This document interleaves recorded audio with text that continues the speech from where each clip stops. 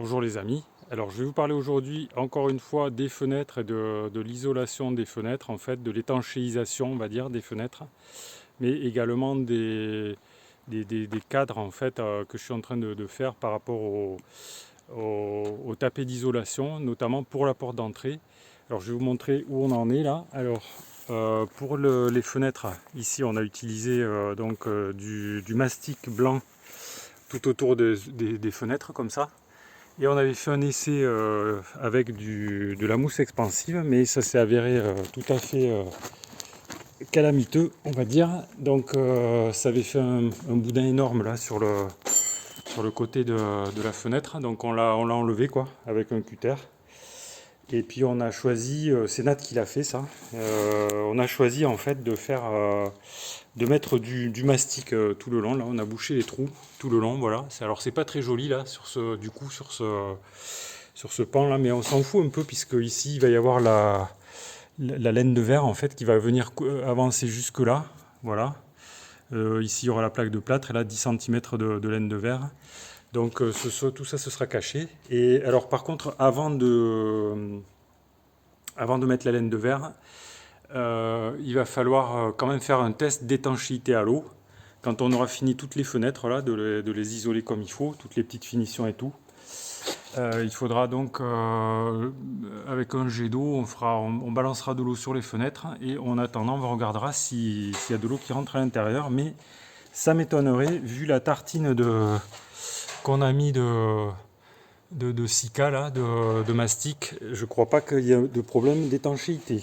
Alors je vais vous montrer une petite fenêtre, enfin une fenêtre qui a été faite sans du tout de mousse expansive. Donc voilà le résultat. Vous voyez, c'est pas, voilà, c'est un joint quoi qui est fait. Comment on a fait ça? Ben, avec un pistolet à cartouche de mastic.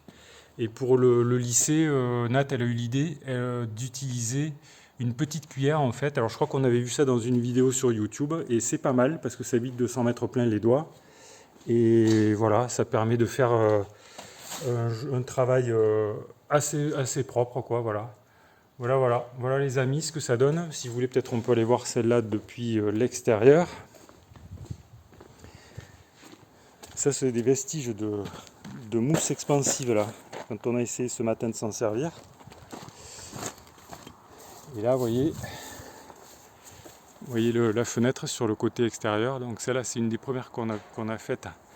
Et pour obtenir ici donc un joint là qui déborde pas là, qui soit pas sale, on a collé en fait du scotch de masquage qu'on utilise aussi en intérieur pour la peinture. Et une fois qu'on a mis le mastic, quand il est encore frais, il suffit d'enlever le scotch, ça vient tout seul et ça fait un joint assez droit et bien net quoi.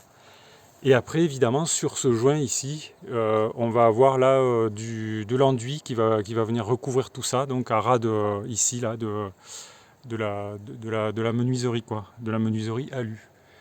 Voilà les amis. Donc vous voyez que le travail avance mais assez lentement parce qu'on fait quand même pas mal de petites erreurs quand on n'a jamais fait un travail. Et puis plus on s'y met, plus ça avance. Et alors ce que je peux vous montrer également c'est les seuils. Donc ils ont été coulés hier. Donc en voilà un. Il a une drôle de couleur je trouve. Il n'est pas encore tout à fait pris je pense. Et ici je suis en train de faire... donc j'ai coulé un seuil également là, un nouveau Rogingo. Et j'ai fait un petit coffrage là, vous voyez, que j'ai armé un peu avec du fer là, donc il n'est pas encore fixé là. Et tout ça pour avoir, ça va faire tapis d'isolation en fait cette partie là, ce sera du béton là, puisque je n'ai pas de tapis d'isolation qui était fourni avec la porte d'entrée qui est là. Et donc voilà, je fais un petit coffrage là avec 5 cm de béton là, tout le tour, voilà, il n'y a plus qu'à couler presque là. Et voilà. Et quand ce sera pris, ça, dans environ une semaine, on pourra mettre en place la porte d'entrée, qui est lourde, hein, qui pèse 55 kg quand même.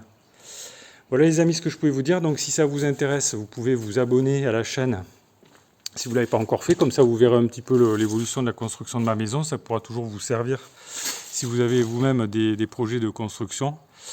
Si vous avez des questions, des remarques ou des commentaires, vous pouvez les faire dans le fil de discussion. Vous pouvez également cliquer sur le pouce j'aime sous la vidéo. Je vous remercie pour votre attention et je vous dis à bientôt pour de nouvelles vidéos.